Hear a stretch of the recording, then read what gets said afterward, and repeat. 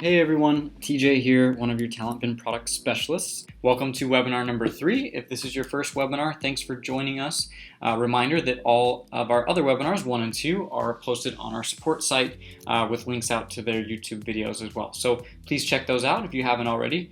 And without further ado, let's jump into number 3. So thanks for spending some time here on your Friday with me. I know everyone's been really busy gearing up for the holidays. Happy holidays to everyone. Hopefully you're getting out of the office for a break here in the next week or so. So what's our topic today? Very holiday themed, as we've been doing here so far. Were all of your gifts opened? I'd be willing to bet that every gift you give out this holiday season will be opened, but how about your emails? We're going to take a look at subject lines, what I think are best practices, what's going on with the market today in terms of passive candidate recruiting, and how you can be better at your job by getting to candidates and attacking their personal interests. Okay, so let's go ahead and move on and look at what we're going to be talking about today. Obviously, the importance of subject lines in the passive candidate space. What do we want to do? We want to increase our open rates, but how are we going to do that? First, I want to take a step back and understand the passive game in which we play and the players, in this case being the software developers that we're recruiting. Then we're going to take a look at some of the facts about the competition out there, other recruiters in the market, what they're using, how they're approaching candidates, and then we'll take that and turn that into how can you be better than the rest? How can you reach candidates with a better success rate? Okay. Then we'll talk about how to actually do that in TalentBin. Obviously, that's my job here, to teach you how to use the product to the best of your ability. I want to show you how to take advantage of other interests and then social profiles within the tool to craft some awesome subject lines. And then we'll look at a case study that I ran last month and show you how that worked and some of the different success factors that went into that. Okay? Let's go ahead and move forward. Okay, so like I said, I think it's really important when we're thinking about how to reach out to candidates that we first understand kind of the market, the game, or the field on which we play. Okay, so here we go, right? The facts. There are two drastically different ball games here, right? We have our typical passive candidate on the left. That's like me, okay? And then our software developer on the right. Here, me on the left. I'm willing to have a chat at any time about opportunities, right? You can send me a LinkedIn Connect, reach out to me any way you know how, and I'm probably going to be willing to speak with you. Slightly different for our software developers. Why is that? Well, let's take a look at some of the facts, right? Unemployment rate for the average, U.S. Worker here, about 6%. Median salary hovering around $53,000. Okay, but then the software developer, on the other hand, unemployment rate half that at 2.8%, and a salary nearly double at over $90,000 a year. So what does that mean? Well, the software developer is in control, right? They know that their skills are less replaceable than mine are, as much as I'd like to argue differently. My skills are more replaceable, so therefore I'm willing to have chats about open jobs, willing to connect on LinkedIn. I'm on LinkedIn often, right? But let's take a look a little bit deeper into the software developer situation. Okay, so what does that mean for us? Well, the developers are in the driver's seat, okay? So when I thought about this example originally, I was like, okay, well, the software developer is in the driver's seat, they're in control. Here's my race car driver here. But I actually realized that there are more similarities between a race car driver and a developer than I originally thought. So how are they similar? Well, race car drivers and developers are in control, right? Like I said, they're in the driver's seat, their hands are on the wheel because of their irreplaceable skills, right? And their low unemployment rate, high salaries, they know that they're in control of these conversations. Okay, they work heads down. I'm not sure if you've ever seen a developer work, but I cruise by my developer's office all the time. They have the best and greatest Bose headphones on, right? And they have 3 screens in front of them. So they're not really looking at what's going on to the side of them. They're not really stopping to let distractions get in their way, just like a race car driver isn't stopping in the middle of the track to take a look at what the fans are saying on the side, right? And finally, they know they're fast, right? The race car driver knows that they're good. They know that they're professional. Developers know that their skills are in high demand, okay? And what does that mean? Well, I alluded to it a second ago, but they're not going to let distractions get in their way. They're going to keep going forward. They're not going to be hanging out on LinkedIn, chatting with recruiters all day long, and they're definitely not on the phone. Our developers don't even have desk phones, so if you find a developer that does, that's the rare case. So these are probably not going to be the best methods to reach out to these people. Let's take a little bit of a deeper dive into the more common scenario of LinkedIn. Okay, so what is the LinkedIn reality for developers. Okay, here's a couple pictures here of what's going on in their world. Okay, like I said, and I verified this with my own team here, they are not logging into LinkedIn. They're not hanging out there, okay? I have LinkedIn open all day long. I'm sure you do as well. Not the case for them, okay? They are working hard. Their CTO over there is making sure they're not hanging out on social networks. They're definitely not on LinkedIn. Okay, what do they do? Well, they definitely watch their email, okay? So you're thinking to yourself, well, I send them a LinkedIn email. That makes it to their email inbox, right? Well, yes and no. Okay, so take a look at the Gmail reality, right? So if you look up here, the social inbox, which is a new in Gmail in the last year, everything that comes from LinkedIn is automatically filtered into this tab. So as you can see here, it's full of LinkedIn invitations, LinkedIn emails, connects, that sort of thing. So in a way, I look at my inbox and I say, well, promotions are basically spam. But then to me, the social tab, it's spam number 2. That's what I call it, right? If I want to check my Facebook messages that are in here as well, I'm going to open Facebook and do that. So you'd think, okay, well, they're going to open their LinkedIn to see their LinkedIn invitations, right? Well, as we just discussed, probably not. And then worst case, well, take a look at Cody here. On his LinkedIn, he calls out the fact that he's not interested in any opportunities. Okay, so let's take a look. So now we're thinking, all right, well then what about their inbox? Let's get to their inbox. What does that look like? Here is an example of that. Okay, these are actually 2 live real developer inboxes that we have access to here, and we took a quick screen grab of what those look like. Okay, so here we have some of these different subject lines. Let's read through them. Software development engineers seeking software, big commerce company seeking software development engineers. We just raised 84 million total in just 18 months. Okay, engineering role at Coursera, the leading streaming content provider, openings, opportunities, and once again, more about we, the company, have raised X dollars, etc. So what do we notice about some of these subject lines? Well, a couple things. One, as I just mentioned, the focus on the company or the focus on we. Okay. And then immediately they call out that they're looking for certain developers. They're hiring for a certain job, so it's immediately identifiable as a recruiter's message. Okay, here I'm talking all about my company, and this is definitely a job offer. It's screaming at the person, over and over again that we're trying to recruit you. Okay, and then finally, and the most important takeaway from this slide to me is not one of these messages appeals to the candidate on a personal level. Not one of them calls out somebody's skills. Not one of them says, hey TJ, I know what you're good at, or I know what you like to do, right? So my example here is that there are a whole lot of hooks in the ocean, okay, but they all look the same to me. Just like all these subject lines read the same to me. There's not any bait on these hooks, right? So how are we going to get a top developer in if we're not appealing to them personally? So how can you be better than this? How can you stand out amongst the competition? How can you make your hook look a whole lot more shiny than the rest? Okay, let's talk about that. So first and foremost, reach out via personal email. Okay, as we saw up above in the previous slides, phone is not going to be a good option because they don't have desk phones. And then LinkedIn, well, if they're on LinkedIn, they are the rare case. But if they're checking their email or in Gmail, it's going into their social tab. Probably not going to be a good bet either. So let's get into their primary tab of Gmail by sending them a personal note. Remember that in TalentBin, you can require that profiles come back with an email address. And a reminder also, if you find a profile that does not have an email address on it, well, you can go ahead and request that. I encourage you to do it. I do it myself when I recruit out of the product. You can recruit or request as many as you'd like. So go ahead and do that. Okay, and then step number 2, focus on the candidate in that subject line. Okay, TalentBin gives you so much data, so much information on what they're good at, what they like. Go ahead and use that to your advantage, okay, and tell that person you've done your homework. So in Evan's case here, he came back on my JavaScript search. He had some great stack answers on JavaScript. And then I got some personal information as well. He says he loves coding and salt bagels. So I combined the two and made a unique subject line for him. Hey, Evan, I loved your JavaScript answers on Stack. And let's chat about it over some salt bagels. Okay, this was a live email. I actually sent this, and Evan wrote back almost immediately, sending a resume and setting up a phone screen for the following day. All right, so that kind of sets the stage for us. Now let's dive in a little bit deeper on how I actually use the product to do this, and then show you some specific examples of how I would recruit particular candidates based on what I found about them online. Okay, let's jump in. First, take advantage of TalentBin's skill information.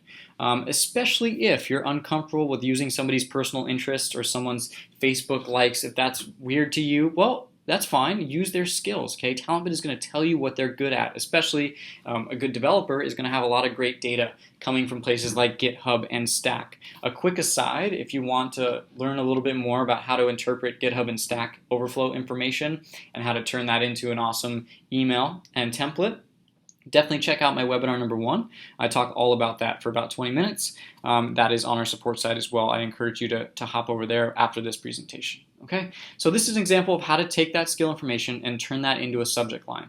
Okay, so my friend Audrey here, I found her in a JavaScript search. She's actively contributing to the JavaScript repository named BEFF, Behance Front-End Framework. So first step was that in my template creation, I made a subject line that included a candidate variable. Remember to use these, and if you don't know what this is, this looks foreign to you, ask your customer success rep. They'd be happy to teach you about this. Okay, so that's automatically going to populate her name as it did down here. And then I leave brackets, another best practice. Put brackets in your subject lines, put brackets in your message to remind you to customize it for the candidate. Okay, so I reminded myself, hey, write something personal to Audrey. So that's what I did. I took this information and I said, hey, I checked out your Behance front-end repository on GitHub. Really impressive. Okay, so now what does Audrey know? Well, she knows that TJ is reaching out to her and he's been on her GitHub looking at what she's doing. Chances are 99% of other recruiters aren't doing that. Okay, so let's let her know that we're doing our homework, that we're really making an effort and we're going above and beyond. Okay, so next step. So we don't want to use skills. Maybe we want to use personal interests. Let's take a look at how to do that. So remember that in TalentBin, in the skills section, you have your professional interests, which we just talked about, and we have our other interests. Okay, so in this case, this candidate, once again, a very a live candidate that I sent an email to. His name was Chris. Okay, he liked beer and games. If you dive into that, right, and click on them in TalentBin, it will show you where that information is coming from. In this case, games. Okay, this person is a member of the Ann Arbor board game meetup group. This guy likes board games. Okay, this is showing me that this is where it's coming from. It's coming from Meetup. If this was from Facebook or Twitter, it would tell me that as well. Okay, so now I know that about Chris. I have the option to go ahead and write him a subject line right now, or click out to his Meetup and take a deeper dive. We're going to talk about that in just a second. So what did I do with Chris here? Well, I was like, okay, beer and board games, those are things that I like as well. Let's talk about those. Hey Chris, board games and beer, game on. Once again, this candidate wrote back the next day. All right, so this worked for him. So like I said, you have the option, take the information straight from the TalentBin profile, which saves you time, or click out to Meetup and take a deeper look at what's going on there. So that's what I'm doing here. Okay, so this leads me into our social profile breakdown portion of the conversation, looking at Meetup and where to get information on a Meetup profile. So a quick step back, if you don't know what Meetup is, it's a place where you can sign up to join interest groups or groups of people that share hobbies that you have. Okay, they can be both professional and non-professional. And that's why I really like Meetup as a source for recruiting, because I can really kind of walk that line between professional and personal and find some great data to reach out to somebody. Okay, by the way, if this person is going to meet up with hundreds of other people to talk about these interests, chances are that's information that they're readily willing to share and talk about. Okay, so it's an easy conversation starter. If I look here, okay, there are 2 places on a Meetup profile to get information from. One is, which are the Meetup groups that this person attends? So this is one of our developers here named Galen. Okay, he's in a SQL Meetup, he's in a Java user Meetup, so he's probably a Java and SQL developer. Okay, I know that those are his skills, right? Probably wouldn't meet up with other people related to SQL and Java if he wasn't a developer. Okay, and then what are some of the other ones? Outdoor rock climbing, Berkeley running, trail runners. So I'm seeing a theme here. Okay, so now I can check out his interests as well. Some candidates list out hundreds of interests, others only 1 or 2. So it really depends on who you're looking at. But if I look in here and take a dive in there, I notice that Galen likes trail running. That's once again the theme, right? And robotics was interesting to me as well. So I'm going to call those out when I write to Galen. Hey Galen, robotics, huh? R2-D2 or C-3PO. So those are Star Wars characters. I'm a little bit of a Star Wars nerd, but don't judge me. Okay, so I would call that out and ask him about some famous robots to see if that would pique his interest. Well, trail running is probably a really effective way to go at it because he talks about that in multiple places. Okay, so hey Galen, big trail runner, what's your favorite Bay Area trail? Turns out Galen runs in 100-mile trail races all the time, so that's probably a good way to reach Galen. Okay, so that's Meetup and how I would use that as a source. Let's look at our next source, which is Twitter. Okay, my other favorite place to find great subject line information. Okay, a couple places that I recommend you look. This is Pete here. He's our CEO, right? So where do I find some good little subject line nuggets, if you will, for Pete? Check out the user bio. Okay, so it's a little summary about the person down below their photo. If I read that for Pete, it says, founder at TalentBin, acquired by Monster back in February. I spend a lot of time thinking about professional identity and reputation. Writing, and this is actually a link out to a book he's writing, which he also has a Twitter page for. Okay, so I just found out that Pete's writing a book. I actually didn't know that until I wrote this presentation. So I'm even learning from this actively. Okay, so that's the user bio, and also recent tweets. And I emphasize recent. Why? Well, because if someone tweeted about something back in 2010, chances are they don't even remember they did that. Okay, so I wouldn't recommend using Twitter as a source if all of their tweets are really outdated.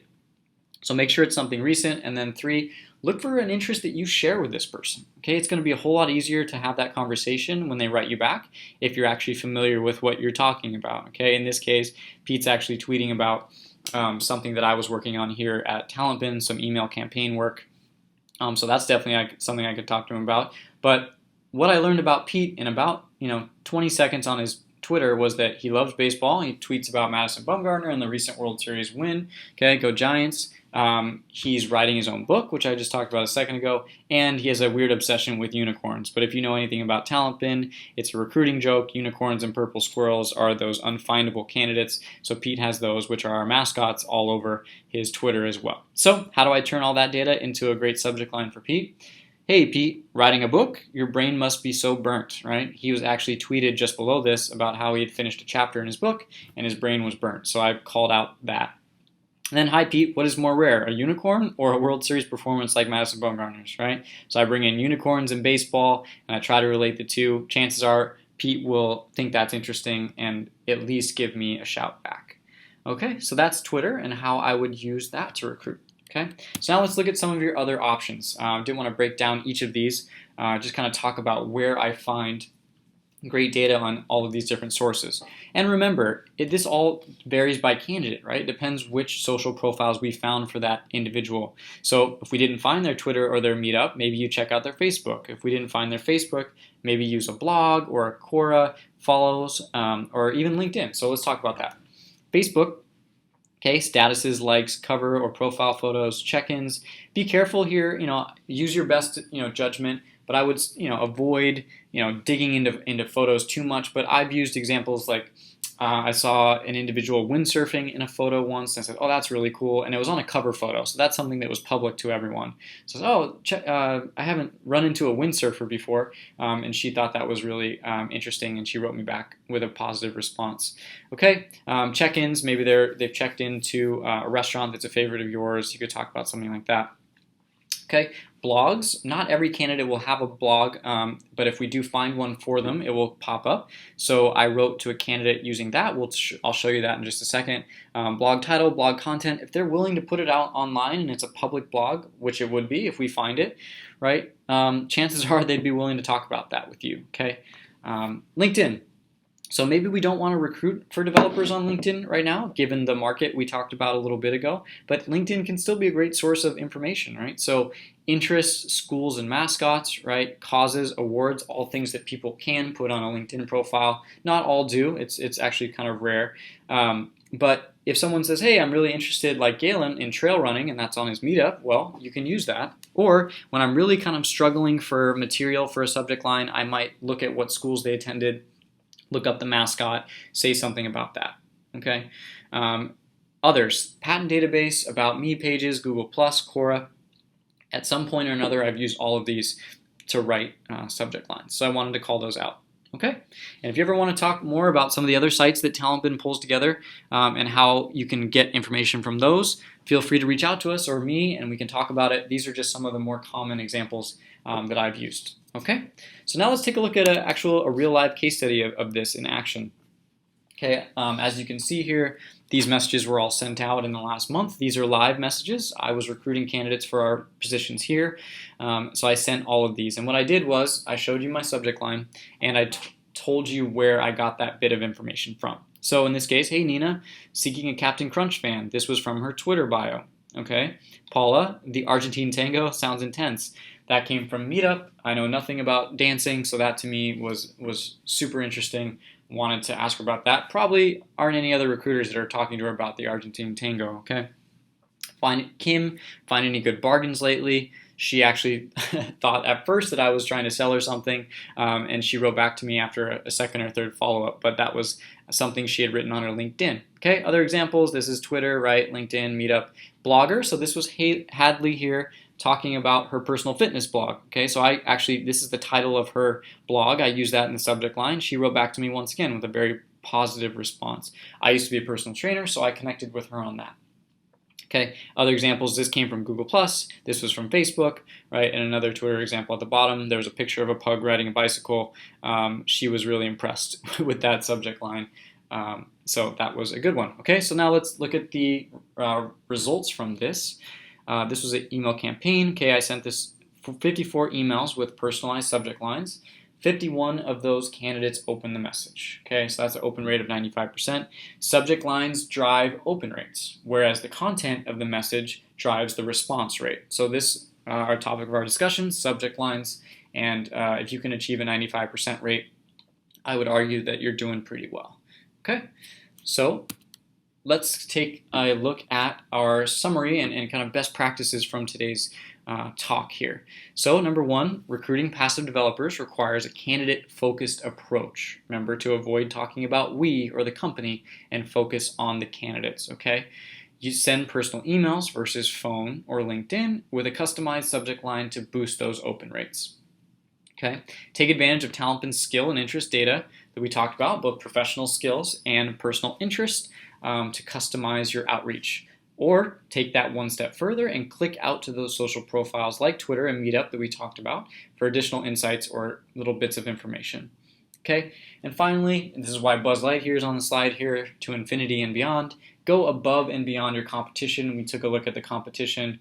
We saw what emails they're sending. We saw how many people are sending emails and are stuffed in that social filter in Gmail, right? That's what the competition looks like. So how can you be better? Well, build rapport with these candidates before the discussion even starts with those awesome personalized subject lines. That concludes the main portion of our presentation here today.